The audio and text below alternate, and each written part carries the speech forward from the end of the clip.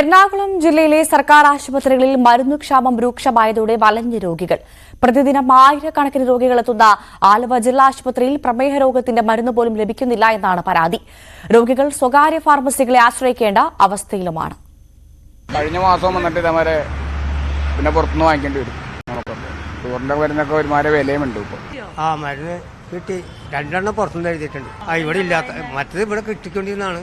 ഇവിടെ ഇന്നിപ്പോ ഉണ്ടായില്ല, അത് കാരണം പുറത്തുനിന്ന് എഴുതിയതാണ്. സാധാരണക്കാരുടെ ആശ്രയമായ എറണാകുളം ജനറൽ ആശുപത്രിയിലെയും താലൂക്ക് ആശുപത്രിയിലെയും പതിവ് കാഴ്ചയാണിത്.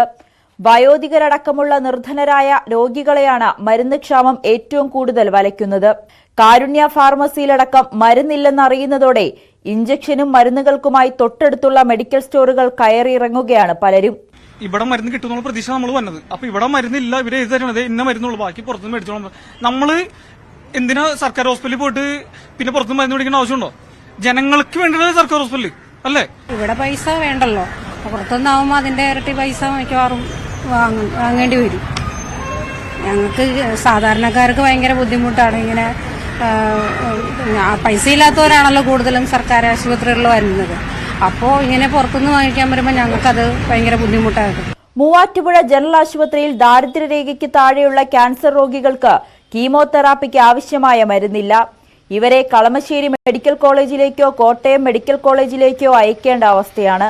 കീമോ മരുന്ന് വാങ്ങിയതിൽ ലക്ഷക്കണക്കിന് രൂപയാണ് സഹകരണ മെഡിക്കൽ സ്റ്റോറുകൾക്ക് സർക്കാർ നൽകാനുള്ളത്. തൃപ്പൂണിത്തറ താലൂക്ക് ആശുപത്രിയിലും സ്ഥിതി വ്യത്യസ്തമല്ല. പകർച്ചപ്പനിയും ചുമയുമായി എത്തുന്നവർക്ക് കഫ് സിറപ്പ് പോലും ലഭിക്കുന്നില്ല. ഓർഡർ കൊടുത്തിട്ടുണ്ടെന്നാണ് ആശുപത്രിയിൽ നിന്ന് ലഭിക്കുന്ന മറുപടി. പറവൂർ താലൂക്ക് ആശുപത്രിയിൽ 34 അവശ്യ മരുന്നുകളില്ല. കുടുംബാരോഗ്യ കേന്ദ്രത്തിലെയും സ്ഥിതി ഇതുതന്നെ.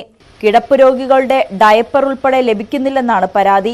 കേരള മെഡിക്കൽ സർവീസസ് കോർപ്പറേഷൻ ലിമിറ്റഡിൽ നിന്നും മരുന്നെത്താൻ ഇനിയും കാത്തിരിക്കേണ്ടി വരും. ന്യൂസ് 18 കൊച്ചി.